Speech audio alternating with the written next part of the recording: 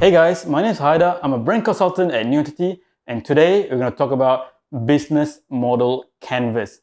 A business model canvas, we take the first two words, it's called business model. What it is a rationale for organizations to create the rationale or to create the flow for them and to make sense of how they create value, how they deliver that value, and how they capture that value. So that's what we're going to look in today. For business model canvas, there's 9 different segments. If you look on my screen here, we have 9 different boxes. And usually we will start from the middle, which is called the value proposition.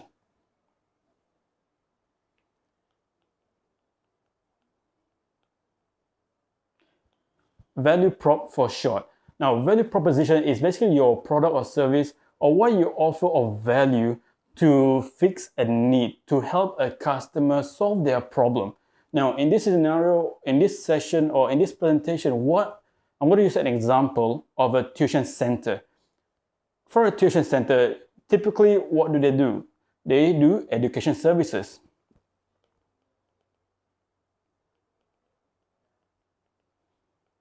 All right. Now, we're going to niche it down a little bit. So we do this education service for which level? Is it primary school, secondary school, tertiary level? Here, we're going to focus on primary school level.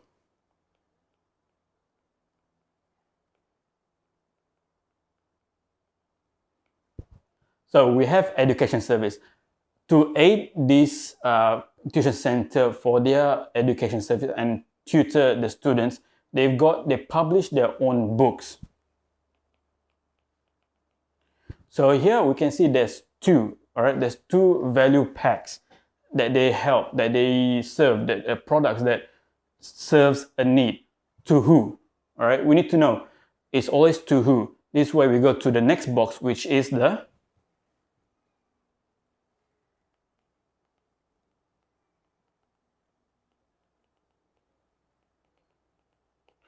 customer segment.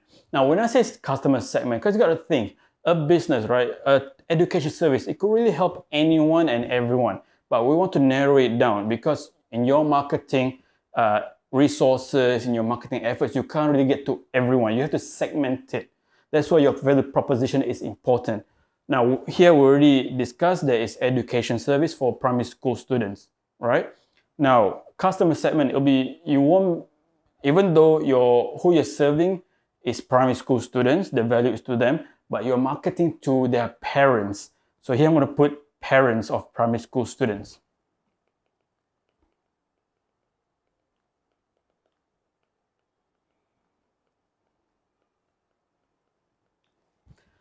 Now, here's the thing. There's a value. Okay, we're going back to, I'm going to repeat some of these things over and over again because it overlaps and intertwines and it's in relation to each other.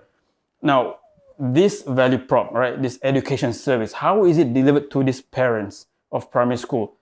It's delivered, it's what you call customer. Wait, hang on. It's not called customer, it's called channels. Okay, how this tuition center delivers their value of educating the primary school students is in class, which is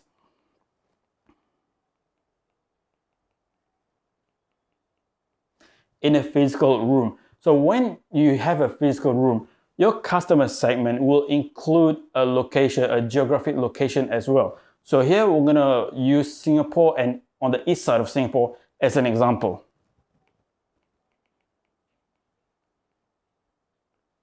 So here you can already see your customer segment is parents of primary school students. You will not be marketing to parents of secondary school students, and you'll be marketing to parents of primary school students in Singapore on the east side. Because generally, you know, tuition is a very regular thing, which could be a weekly class, or if you're doing more than one subject, there might be 2 or 3 classes a week. So parents are not, they're not keen on going from one end of the country to another end just to send their kids for tuition. It does happen, but generally not. So as you can see, you are marketing to a certain segment there, all right? Now, we already have the value proposition. We have who the customer segment and how we deliver that value. The next segment we're looking at is called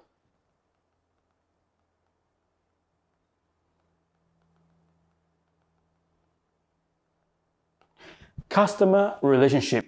So what happens in customer relationship? In customer relationship, why is important? Because it helps you, one, retain your customer. Two, it helps you upsell or cross-sell to this customer. And three, get referrals from this customer, so that people, they might have other parents or their cousins who have children in primary school who needs to get tuition services. And this is where this customer relationship segment is important. What are some of the things, or what are some activities for customer relationship? You could look into community, right? Community basis.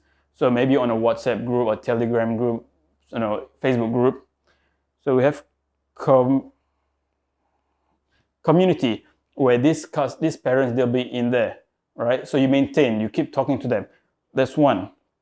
The next aspect is how that's on a group setting community, right? But at the same time, you have that personal touch where you converse from your admin or from the teacher to the primary school parent, right? And from this primary school parent, when they communicate, think about it. In some businesses, the relationship is only online. You don't need that in-person conversation. That works, but on a tuition setting, or for this customer segment, they need that touch. They need that one-to-one, someone to talk to. They don't want to talk to a website. They can get information from the website, but they need to talk to someone so that they can gain trust. All right, these are all brand points. Hence why customer relationship is important. I'm going to put a few of the social media or the community platforms.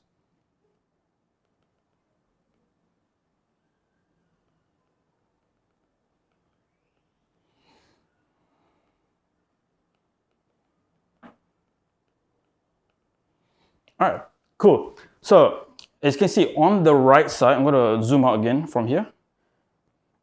So we are covering the right side of this canvas. What comes out of this? This is value creation, value capture. What happens on the bottom right? Or what happens when you mix up, right? When all these work together, you need to have an outcome, right? And that is where we go to the bottom right box, the bottom right segment of this canvas, which is the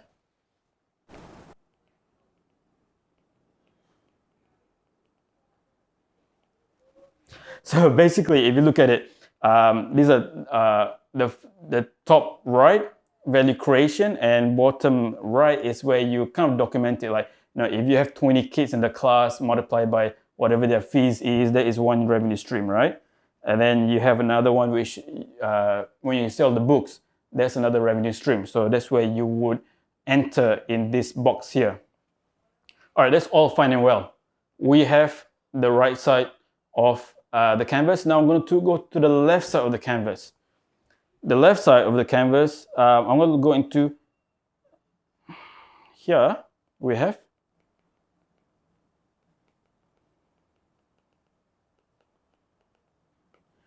key activities and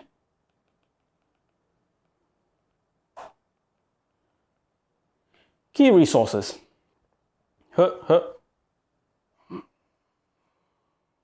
Looking at this canvas, on the right side, in the middle is the value itself. All right, and on the moving on from there is the deliverability of that value. Now, to create this value is on the left side of the canvas. So you have the key activities and the key resources. Like, what needs to happen for you to provide education service? What needs to happen for you to publish books and stuff like that? So here's an example. For this value proposition, or for this value pack of education, you need tutors. And the key resource, you need tutors, people that you hire, all right? You need a room. or a building. Okay? And those are your key resources. If your key activities are basically your business administrative, such as your marketing, your sales, your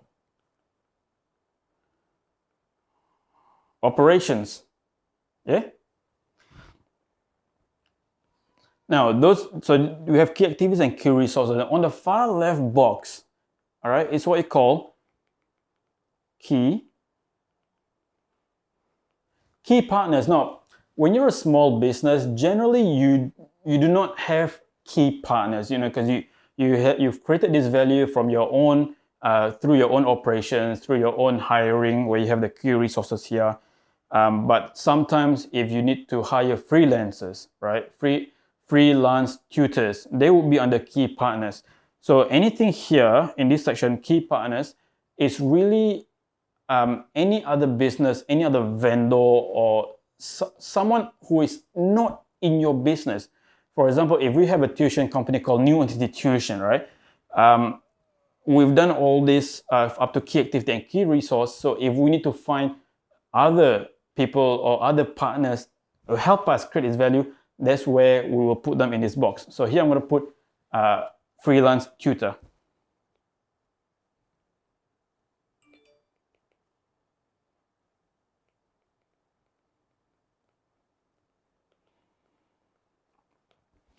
Now, in here in the value proposition, we already put that one of the things that they do is publish books. Now, to create that value of books, you need publisher and the key partners. So there you have it. Now you might be wondering now at this stage, okay, so you've covered 8 segments, 8 boxes. What is the bottom left? Bottom left, as you can see, on the right side is the revenue, where we deliver the value and we get revenue out of it. On the left side, the creation of this value will cost some money. So this way you put cost. All right, so we have here whatever the tutor wages and whatever the room rental is.